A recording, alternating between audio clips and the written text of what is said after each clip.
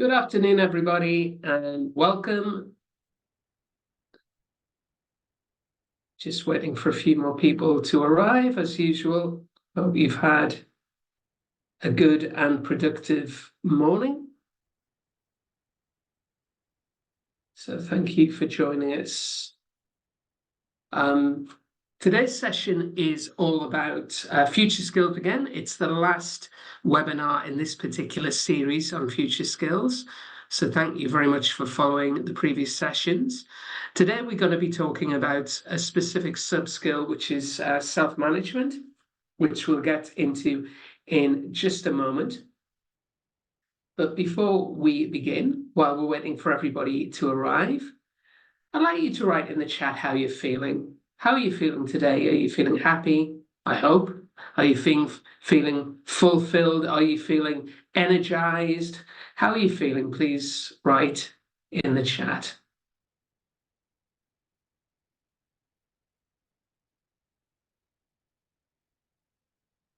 Samantha is happy. That's what we like to hear. Good afternoon, Claudia. Busy and exhausted. Yes, I think those are common adjectives at the moment. Laura's just fine, which is good. Good afternoon to you, Laura, as well. So how's everybody else feeling?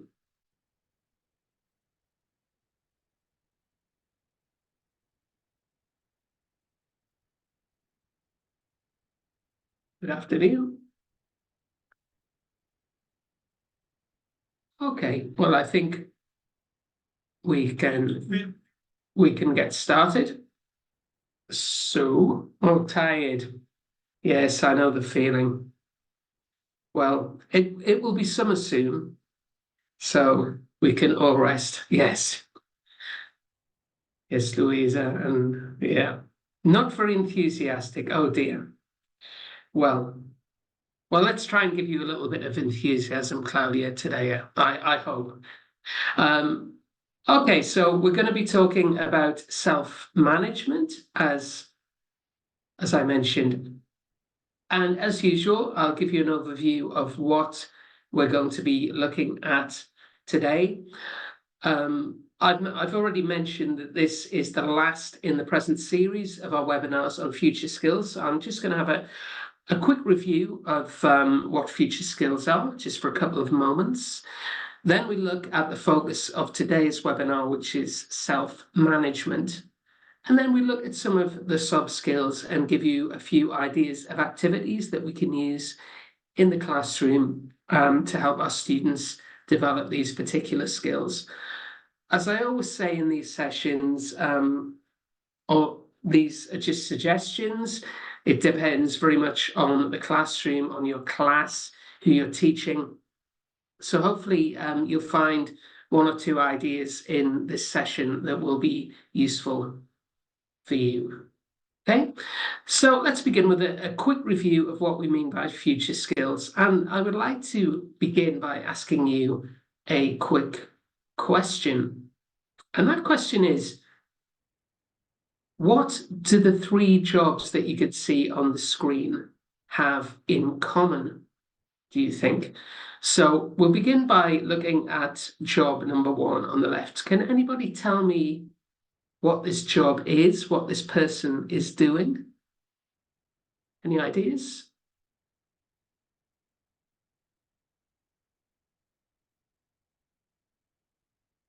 Yes, Roberta, he's installing solar panels on a roof. So we could say that he is a solar panel installer. Okay, so that's our first job. And I think in the meantime, we've been joined by Paddy, who's my co-host today. Good afternoon, Paddy. Good afternoon, Roy. How are you keeping? Hello, I'm everyone. very well. How are you? Good. Thank you for having me. Okay. Right, well, I'll speak to you in just a second. Let's continue. So Samantha says that these three jobs, yes, they're all very challenging, but they do have something else in common. Let's have a look at job number two. What is job number two, do you think? Claudia says a video maker. Roberta said, yeah, more precisely, a YouTuber, a blogger, an influencer. So I think I've called this a YouTuber. Okay. So a lot of people make a living with their YouTube channels through providing content, through being sponsored, etc. And the final job on the right, does anybody know what that is? Any ideas? A data manager, possibly. Data analyzer. Roberta says, sorry, no idea. Well, if you think of your mobile phone, what do you have on your mobile phone or on your smartphone? And Lara says a software programmer. Yeah, exactly, Sylvia, an app developer. So we have three specific jobs here. We have a solar panel installer, a YouTuber, and an app developer. So what do these three jobs have in common, do you think, apart from the fact that they're very challenging? Any idea? Technology, yes. They all have very special technical skills, certainly. But if we think back to our childhoods, when you were at school, did you dream of being a YouTuber? Or did you dream of being an app developer? Or did you even dream of being a solar panel installer? I went to school in the 1980s. Yes, exactly, Roberta, probably not. And why is that? Because they're exactly their new jobs. 20 years ago, these jobs did not exist. And this is why future skills are so important. Because otherwise, how can we train students or train ourselves to do jobs that don't even exist today? What jobs will possibly exist in 10 years' time or in 20 years' time? And how can we prepare for that? And that is why the whole concept of future skills is so important. The job market is changing, and it's changing all the time. Now, obviously, we need to have a good grip of technology as well, but without future skills, we won't be able to develop the flexibility we need to adapt to these new jobs.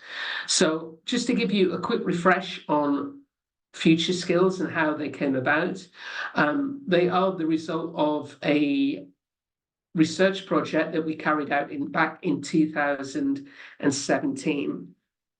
And if you remember in previous webinars, we've spoken about this, that the outcome of this particular research project told us that it is precisely the skills that make us human that will make us more employable. So while it is very important to have, say, computer skills, digital skills, technological skills, etc., we also need the skills that make us human to interact with these more digital and technological competences. And on the basis of this research, we set about creating a set of skill development frameworks, which we've been looking at over this series. And each one was based on a key skill that was identified in the research. You may remember that we identified 6 different future skills.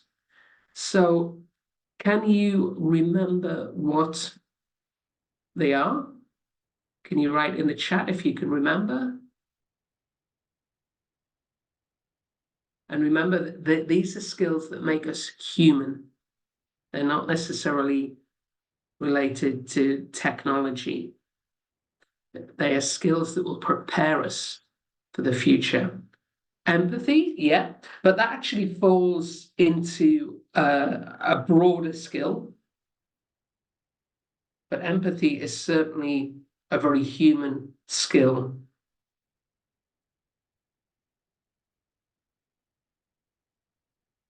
Any other ideas?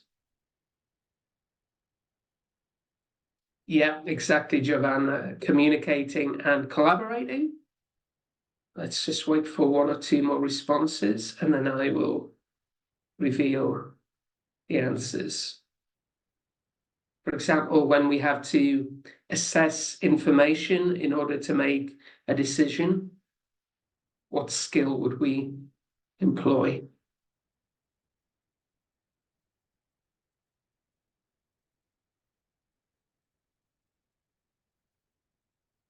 Exactly. Yeah, critical thinking. Yeah. Okay, so the 6 future skills are the following: critical thinking, communication, and collaboration, as you've all mentioned in the chat. Self-management, which is the topic of today's webinar, and empathy does fit into self-management as well. Social responsibility, and we can find empathy there, and also leadership. So these are the 6 skills, and today we're going to be focusing on self-management. And this is the skill development framework for this particular skill. I'll ask Paddy if he could put the link to our Padlet in the chat. On the Padlet, you'll find a few of the links and the documents that I'll be talking about today. So if you want to save the link, you will find everything that I talk about there.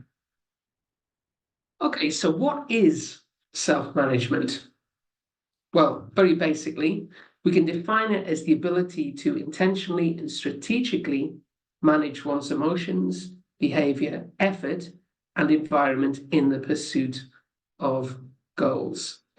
Okay, so again, there we're talking about managing ourselves, the environment that we work in, managing our resources as well in order to achieve the goals that we've set out for ourselves. So let's now look at the sub-skills of self-management, and there are 6 of them. We have planning, organization, persistence, self-control, attention to detail, and progress monitoring. So, a question for you. Do you think your students have a good grasp of these skills? Again, if you'd like to write in the chat, are there any of these skills that your students are good at? Or are there any of these skills that your students aren't so good at, that you think they need to develop, that you think they need to improve?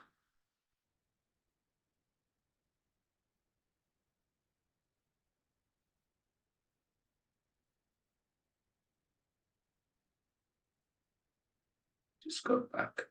So look in the chat. Giovanna, yeah, they need to improve persistence. I hear that quite a lot. Yeah. Yes, I hear that. Self-control. So Lara says they don't have a grasp of these skills. Roberta says some of them do. Self-control is hard, yeah. They need to improve all 6 points, says Louisa. Well, hopefully I can give you a few different ideas today. So let's begin by looking at these individually. I thought I would begin with planning and organization, because I think they're very, very closely related. So we can define planning as setting realistic goals and planning how to complete activities ahead of time, estimating the time needed to complete or reach goals according to plans. So we can see how this would be very useful in the workplace, but also in an academic context, if students are studying or if they're preparing for an exam. If they've got good planning skills, they can optimize their time. Organization, on the other hand, has more to do with physical artifacts and digital artifacts, so the resources that they need in order to study or to work, keeping them in an organized fashion. So this is all about really organizing not only the resources, but the spaces that they study in as well. So I think that's important to remember. So I'm going to begin by showing you an example lesson from On Topic. This is one of the life skills sections. And as you can see, this is all about time management, so planning, organizing your time. And I'd just like to show you how this particular lesson is organized, because I think it has a nice approach to getting students engaged in the topic. So first of all, we start off with a short survey. We ask students to complete this short survey, in which we ask them, how well do they manage their time? And the answers, as you can see, are always, usually, or hardly ever. Do you finish all your homework? Do you make a list of things that you need to do for homework? So we begin with the survey so students can start reflecting on the topic and start reflecting on if at all they do any planning or organization of their study time. After that, we ask them to watch a video in which we see a couple of teenagers talking about a few different study tips. And as the students are watching the video, we ask them to complete the mind map that you can see. And then after that, we ask them to watch the video again and match the explanations that you can see below to the tips that they looked at previously. Okay, so we're working a little bit on the language here. But then afterwards, I think this is the interesting part. It's actually putting this into action in the context of an English lesson. We can ask our students to make a to-do list for the day's activities or for the week's activities, whatever you prefer. So we're teaching them about this particular strategy and getting them to put it into practice immediately. So they're learning a skill and they're also doing some language work as well as they're doing their list in English. So that's one example of planning activity. This is another activity that we have looked at in a previous session, I believe. Again, this is from the book Topic. And here we're talking about different ways of taking notes. So first of all, we ask our students to reflect on their note-taking habits. And then we go on to provide them with a list of different note-taking strategies, which look like this. So they listen to information about the different ways of taking notes, and they match the descriptions to the pictures below. So we can see 4 different strategies for taking notes, and we should have a method here. So can any of you tell me which of these note-taking methods this text refers to? So draw columns and put the topics of the lesson at the top. Write information, only words and main ideas under the correct column. So which of these strategies, let's see. 8, yes. Full points, Laura, yes. It is referring to method C. So again, an activity, a language activity where we're also teaching our students about a particular strategy, which hopefully they can employ in their own study as well, put into practice. There are other activities that we can do in a writing activity. Why not get our students to write about study techniques as well? So we're working on our writing, and again, we're getting them to focus and concentrate on a particular study strategy. One variation on this could also be to ask them to write about how they organize their study space. Do they have a desk at home? What materials do they have on the desk? Where do they keep their books, their pens, their pencils, etc.? So again, this, I guess, is an example of collateral learning, where we get students are working on a specific skill, but we're getting them to reflect on a soft skill or a future skill as well. So again, you'll find that in On Topic. And finally, here's an example from the 3rd edition of Speak Out, which has a specific rubrics dedicated to these particular soft skills. And we have a schedule that students kind of follow for time management there. And you'll find lots of different future skills strategy boxes in Speak Out, which is very useful.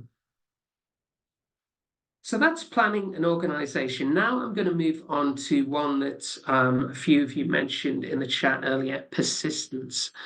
This is quite difficult to develop, or is it?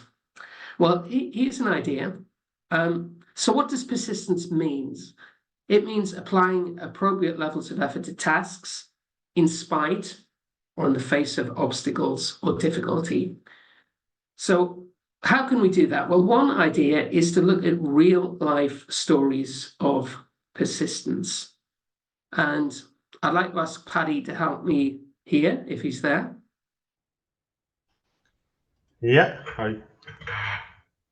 So, Paddy, I'm going to show you some photographs, and Okay, yeah. I want to see if you can tell me who these people are and why they are persistent. Okay? Okay, brilliant. So, here's the first picture.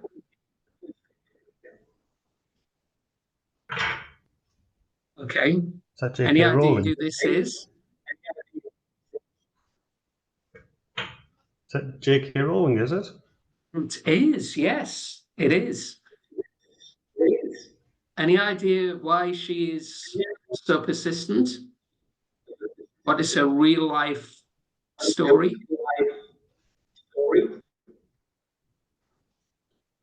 Hers is quite an interesting one, isn't it?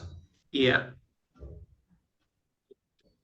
I don't know if anybody in the chat knows her background.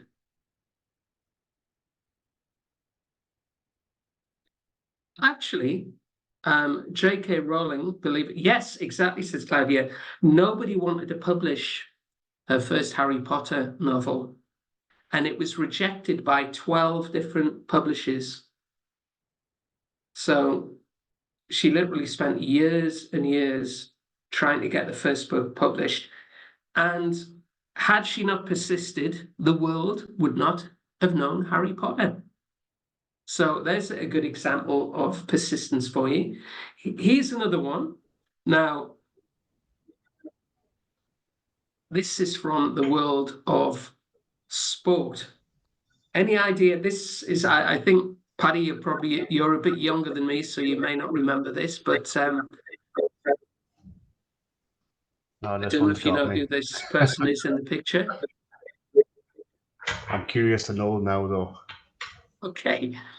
Well, this is another story of persistence. The guy that you can see on the left is a British 400 meters runner called Derek Redmond. This was at the Barcelona Olympics in 1992.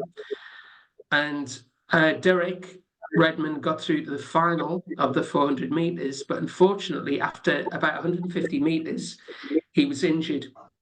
He tore his hamstring. But instead of quitting, he decided he wanted to finish the race. So he hopped around the track on one leg so that he could say that he'd finished an Olympic final. And the guy on the right is his father, who ran on the track to help him cross the line. So it was a really, you can see the video on YouTube. It's a really nice story of persistence as well. That's So really we lovely. have persistence, should we say, in the world of the arts. We have persistence in the world of sport and also in the world of business. Now, I'm sure everybody knows this gentleman.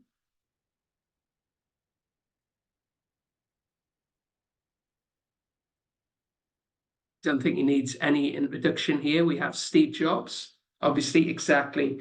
So again, a person who, in order to succeed,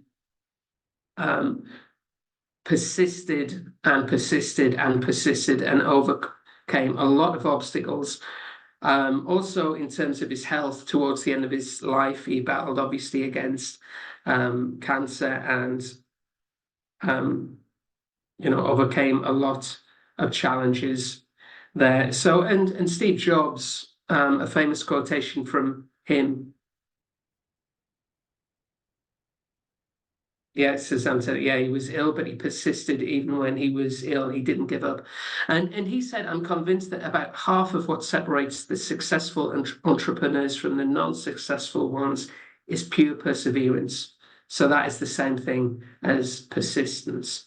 So we may have, if we think of our students who are very talented, who have a lot of creativity, but they're not persistent, we really need to sort of help them understand how persistence can make them successful.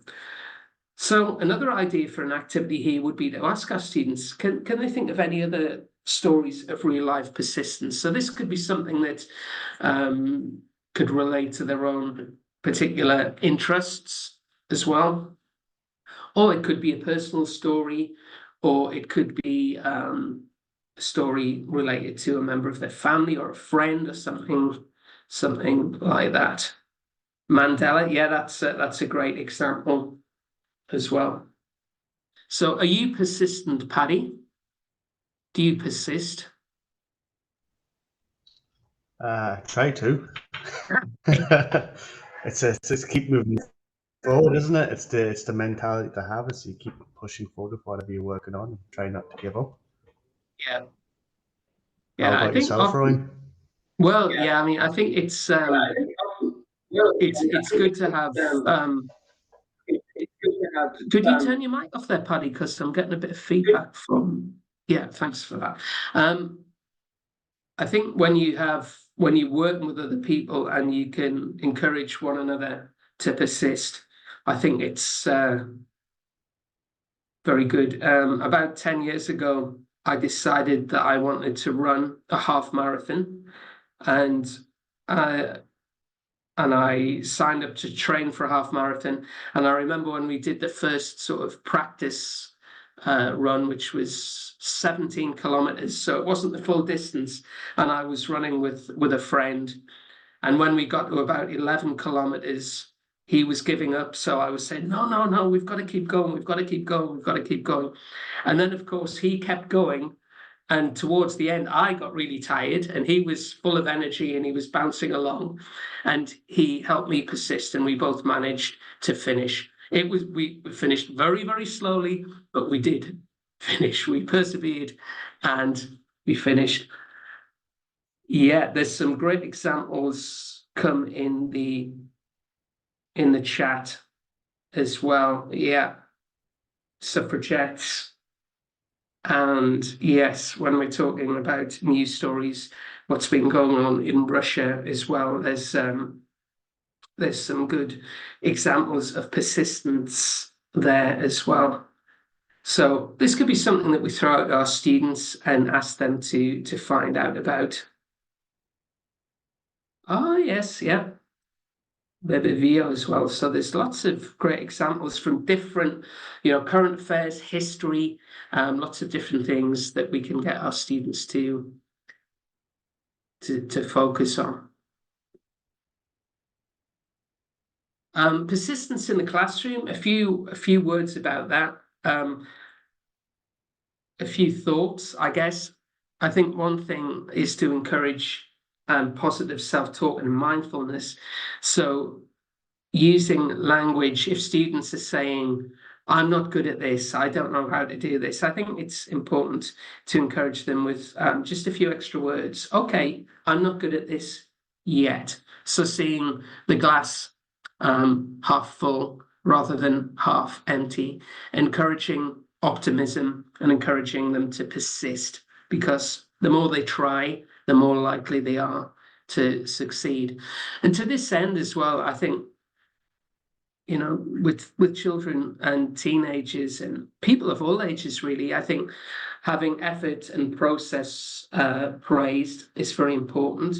It can be very motivating. So not just getting a 10 in a particular subject, but perhaps scoring a 5 or a 6, but making an improvement, which can lead to further progress and encourage our students to persist a little bit more.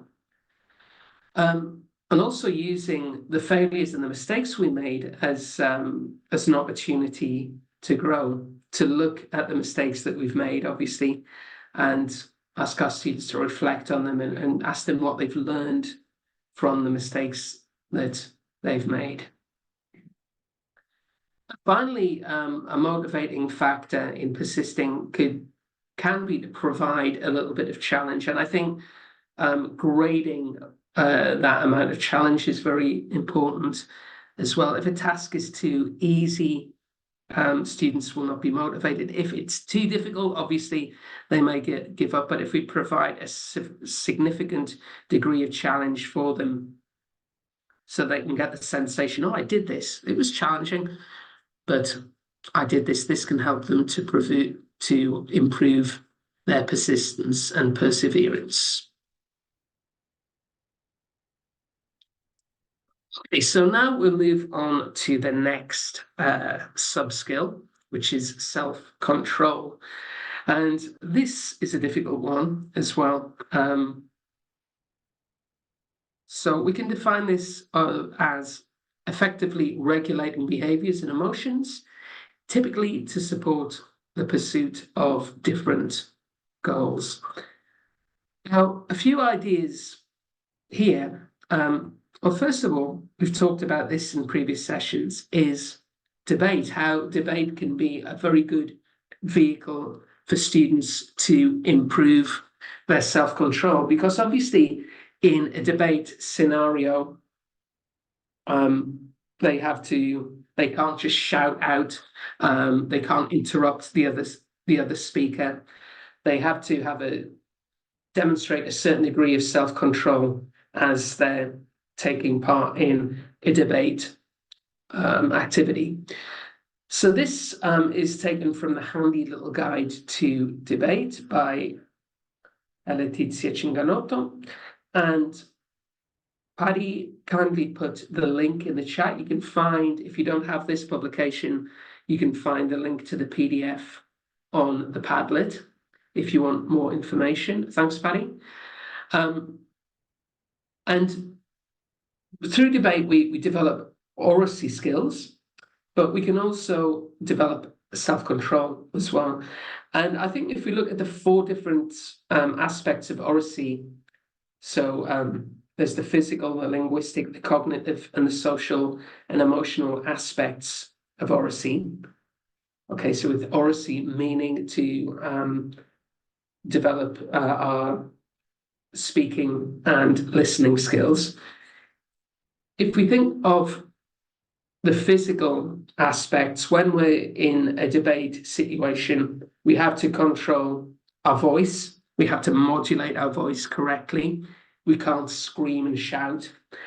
We have to control our body language as well. So the non-verbal communication, we can't gesticulate. We have to use our body language in a controlled fashion as well.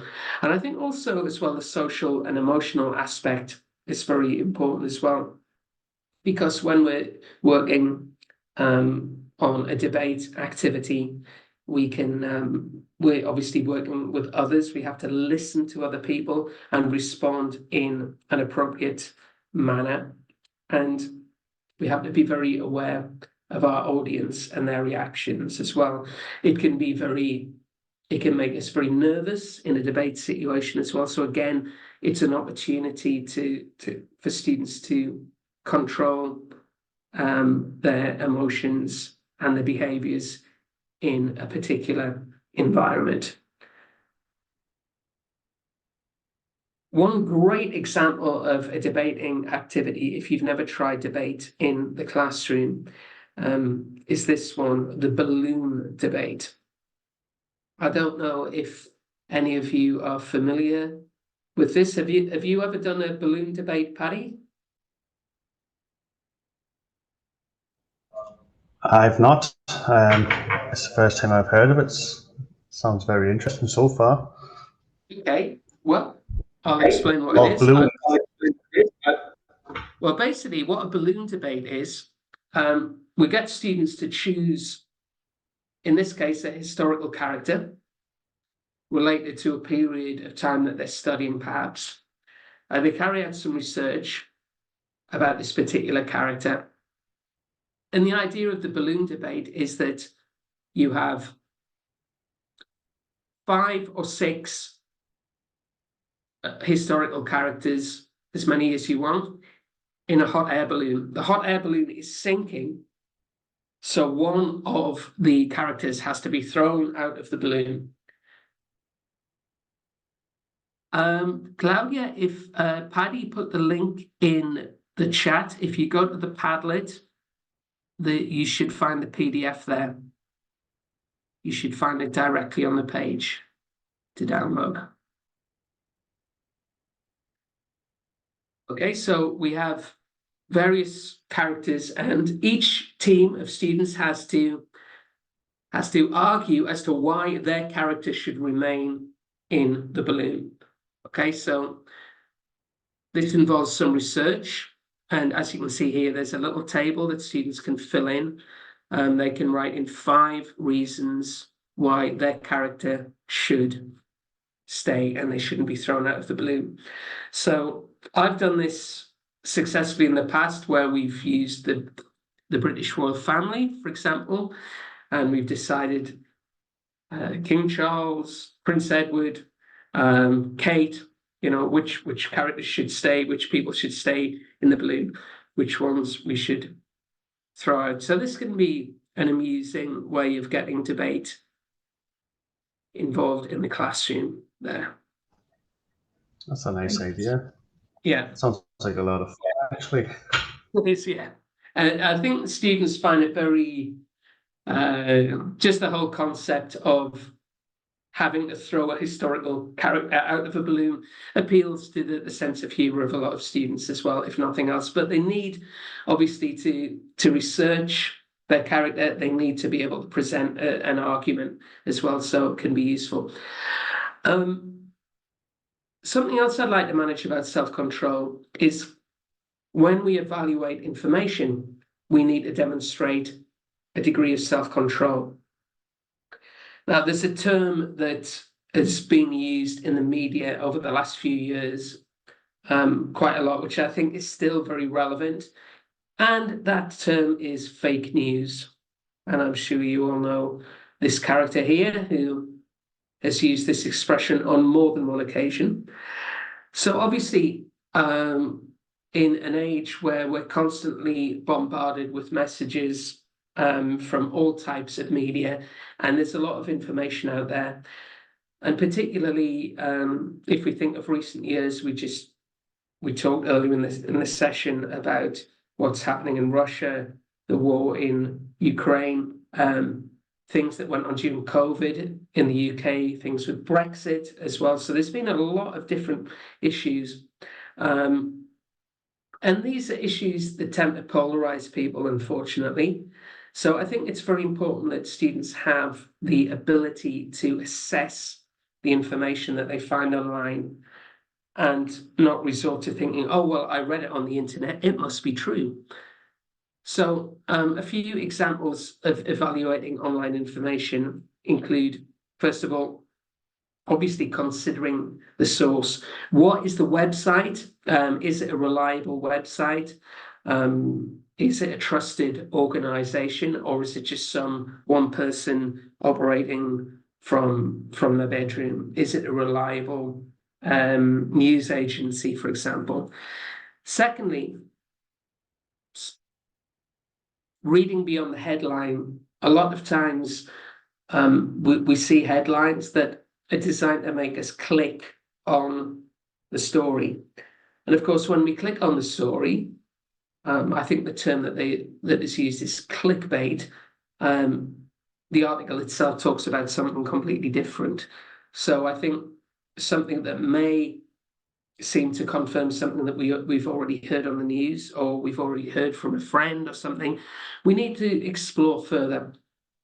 And this also means checking out the author, who has written this article or this piece or this post or this blog. What credentials do they have? Where do they come from? What background do they have? What do they know about this particular topic? We also need to check the date. There have been numerous occasions in recent years, I think, where, and if you ever watch Striscia la Notizia, they often investigate these things where they see news stories on the news and the films that they show are actually from several years ago, and they're from a different part of the world, so they're not related in any way. So we need to check the dates of stories that we find on the web as well. Secondly, are there any clues as to whether it's a joke? Is there anything in there that can tell us that this is not a factual story? And we can also use a fact-checking website. There are quite a few. These are a few examples. There's bufala.net, which is obviously an Italian website, fullfact.org, which is based in the UK, and snopes.com, which is American. And they take current news stories and they provide related information to confirm or as a disclaimer to particular stories. And I think what is really important, and this is getting back to self-control, I think when we're looking for stories on the internet, if we have a certain belief, we have to consider our own beliefs. Is the story that we're reading simply confirming what we think already? Do we believe this story just because it confirms the decision that we've already made? So I think our students have got to be aware of this. This is called confirmation bias. So this is the tendency to search for, interpret, favor, and recall information in a way that confirms or supports one's prior beliefs or values. So, for example, if I believe that Brexit was a good idea because Boris Johnson was promising £350 million per week for the NHS, and I read that on the internet, can I find any other stories that contradict that, so I can make a balanced judgment on the information? So I'm not looking at just one side of the story that agrees with my previous belief. I'm looking at different sides as well, so I can make a more controlled judgment. So I think this is another example of using self-control in relation to critical thinking, not just seeking information that confirms what we already think already. Finally, for self-control, and again, you'll find this particular resource on the Padlet link that Paddy put in the chat earlier. We have our pocket guide to mindfulness, and mindfulness activities can help you obviously with all sorts of things. It can help you to pay more attention, help you to improve awareness, your focus and concentration, stress management as well. So it can be a very useful technique that we can employ in the classroom, short 5-minute activities. So please check out the pocket guide to mindfulness that we've shared on the Padlet. So we have a question. Paddy, could you send the link again? There he is. Thank you, Paddy. So you'll find everything that we've talked about on that particular page. So next, let's have a look at attention to detail.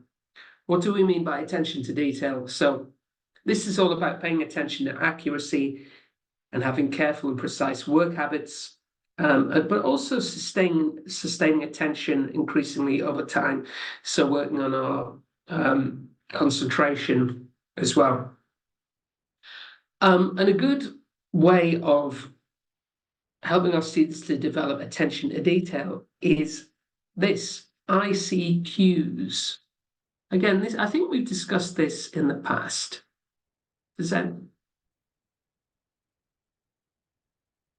anybody know what ICQs are?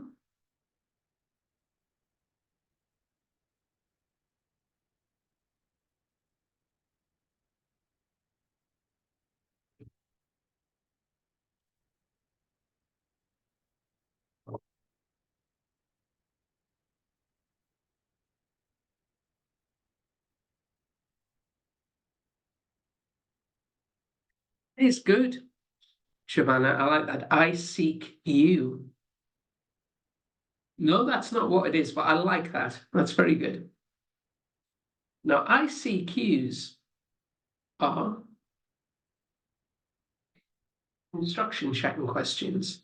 So, how many times have you explained an activity to the students and they've said, okay, we understand, and then you realize that they've done completely the wrong thing? So instruction checking questions are a good technique that we can use in the classroom to make sure that the students have understood the various stages of an activity. So to give you an example, here we have a preliminary style activity from On Topic. So we have an email, and the task is that we have to write a reply to Caitlin's email, write about 100 words, and include this information: your opinions about her clothes, your usual school clothes, etc., etc. So once we've explained the activity to our students, rather than saying to them, do you understand? And they all say yes, we can ask them a few simple questions. So the first thing we could ask is obviously, how many words must you write? So the answer would be, we see 100 words. And then we can ask them, what information must you include in your reply? So just focusing on specific parts of the task and just checking that the students have understood exactly what they have to do at each stage of the task.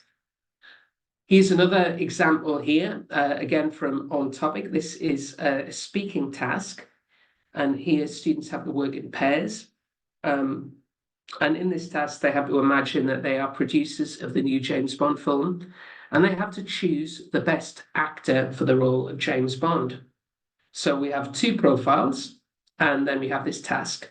So they have to work in pairs, compare the actors in exercise 10, decide which actor is the best for the role, use these adjectives, and add at least one more. So can you think of any instruction checking questions that we could use for this activity?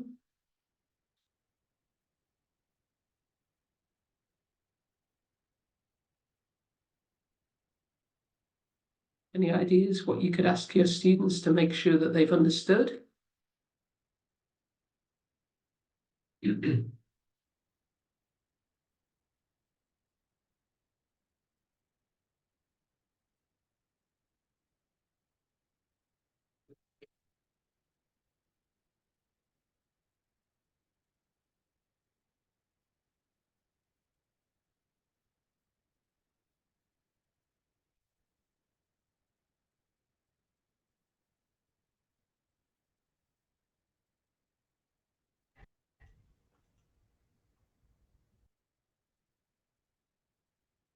I can't see any activity in the chat, so I'll share a few ideas with you. So the first thing we could ask the students is, do you work alone or in pairs? It's quite straightforward. Yeah, Laura, exactly. What role are you casting for? Exactly.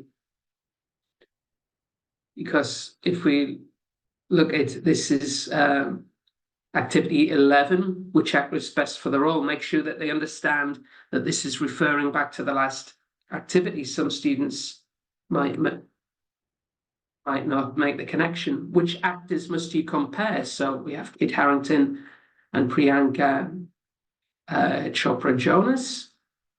and for what role, as Lara said rightly, for James Bond. And also in the question, how many adjectives must you use? So this is a bit of a trick question because there isn't an exact answer. So there's use these adjectives, so there's 3 adjectives, plus at least one more, so more than 4.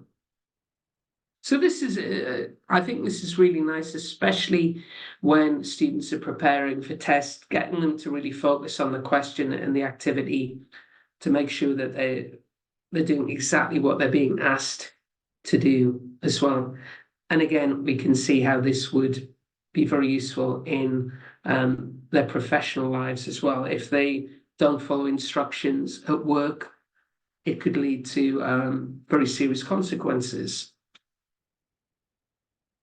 In terms of developing concentration, this is a study idea that has certainly worked for me in the past.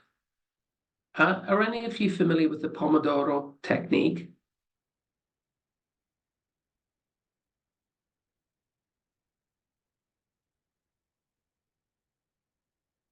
Nope. Yeah, like nope.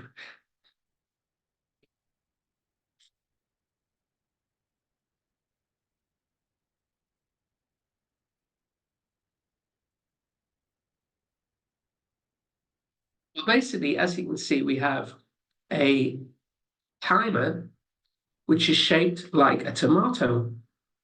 And from the technique takes its name from this. So it's the Pomodoro technique. And I learned this from an English university professor.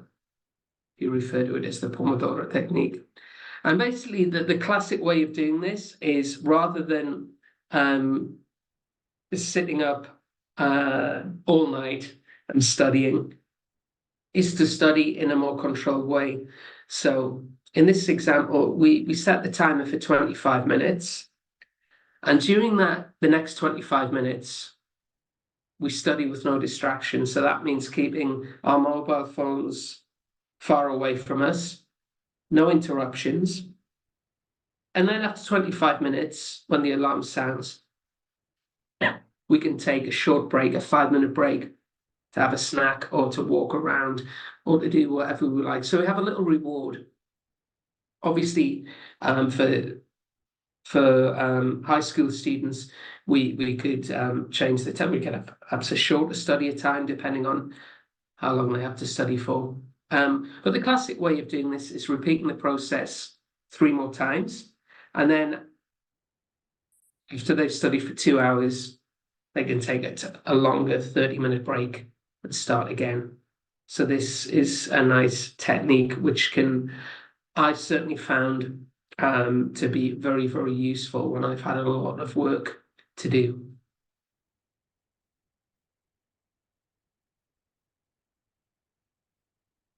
Yeah, well, that is true. Is that to be done at home? Yes, that would be at home, exactly. Yeah.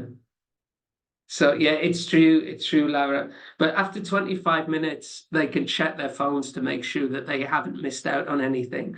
So that's why I suggested that you could perhaps suggest that they do 15 minutes, then 5 minutes break, 15 minutes, then 5 minutes break. So perhaps study it a little bit at a time, but study in a more concentrated fashion.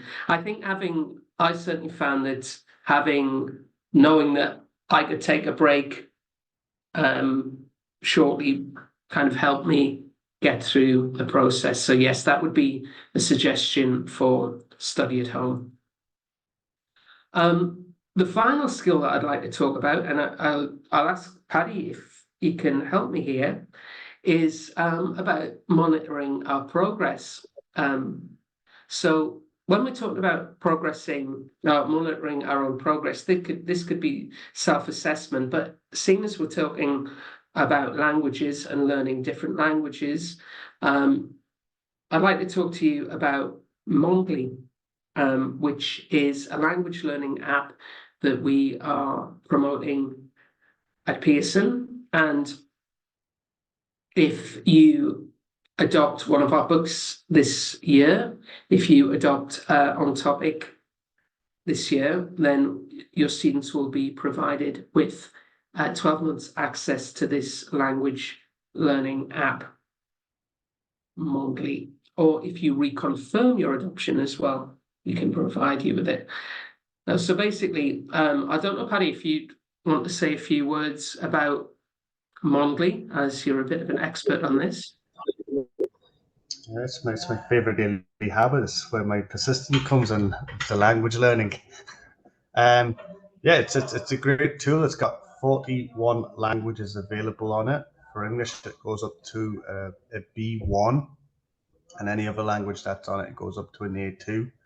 So it's a great tool to have, a great support tool for your students to have in the classroom. It can help any students learning English that maybe do not speak Italian at home. Maybe they speak another language at home. Maybe they speak French. They could speak Ukrainian. They could speak Arab or Chinese at home. So it could help them, practice their English using their own native tongue. There are 3 difficulty levels on it. There is the beginner level. So on that day, you've got over 36 categories, and within each category, you have 6 different types of lessons. So you've got like fill the gap exercises, create a sentence with the right syntax, and students are all given back instant feedback, which is great to help them on the learning journey. So straight away they know if they've done something wrong or right. And one of the strengths of this app is the ability for students to practice their conversation skills, not just listen and repeat exercises on the app. You also have a conversation bot with Luna. And with Luna, you can have conversations. You could be at the supermarket, you could be at a restaurant, you could be ordering a train ticket, and you have a back and forth conversation with Luna. And it's very engaging for the students like that.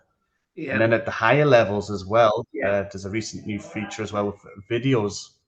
So in the advanced part of Mondly, you have a video, you answer a question on the video, and then the next part, then you have even more questions on the video. So it's a very fully complete app, and some of the advantages for the teachers is you're able to keep a track of what students are doing. You can see how many lessons they've completed, how much time they've spent on the application, and that's the one there. So you can keep track of what your classes are doing. You can have your Prima A, Prima B, and what they've been doing as well throughout the year. So you can keep an eye on who is using the app and not, and definitely does help students with their pronunciation and confidence when it comes to speaking. Because maybe you have a shy student who doesn't like to speak too much in the classroom, but they can still practice through the app the conversation skills.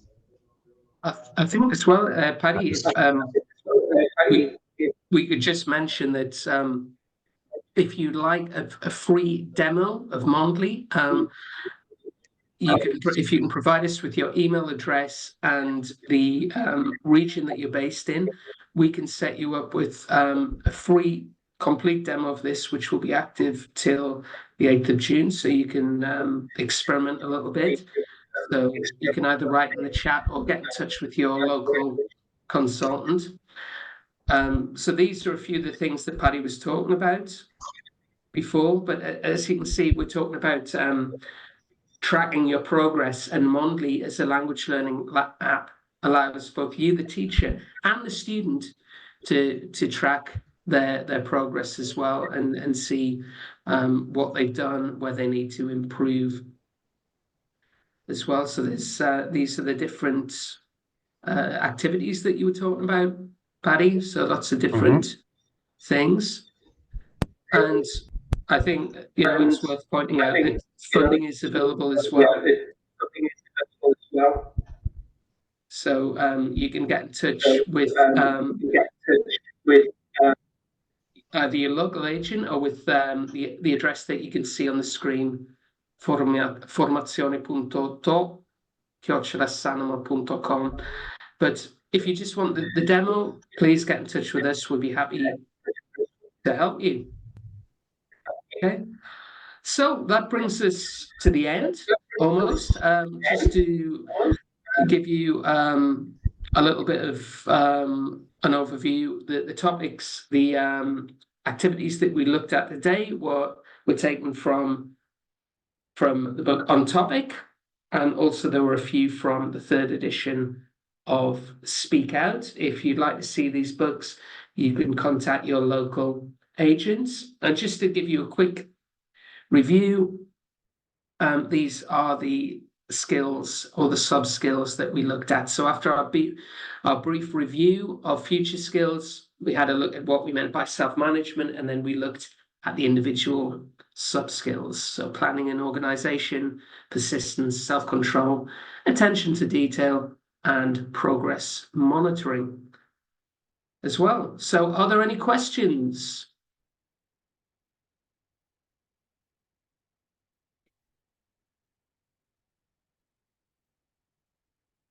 Just to remind you, please feel free to write in the chat if you do have any questions. So that is all from Paddy and I for the time being. Our next webinar in this series will be with our colleague Donatella and Silvia Minardi, and they will be talking about ideas and activities for preparing for the seconda prova scritta and the oral exam. So you can see that on the 5th of May. And there's the link to our website.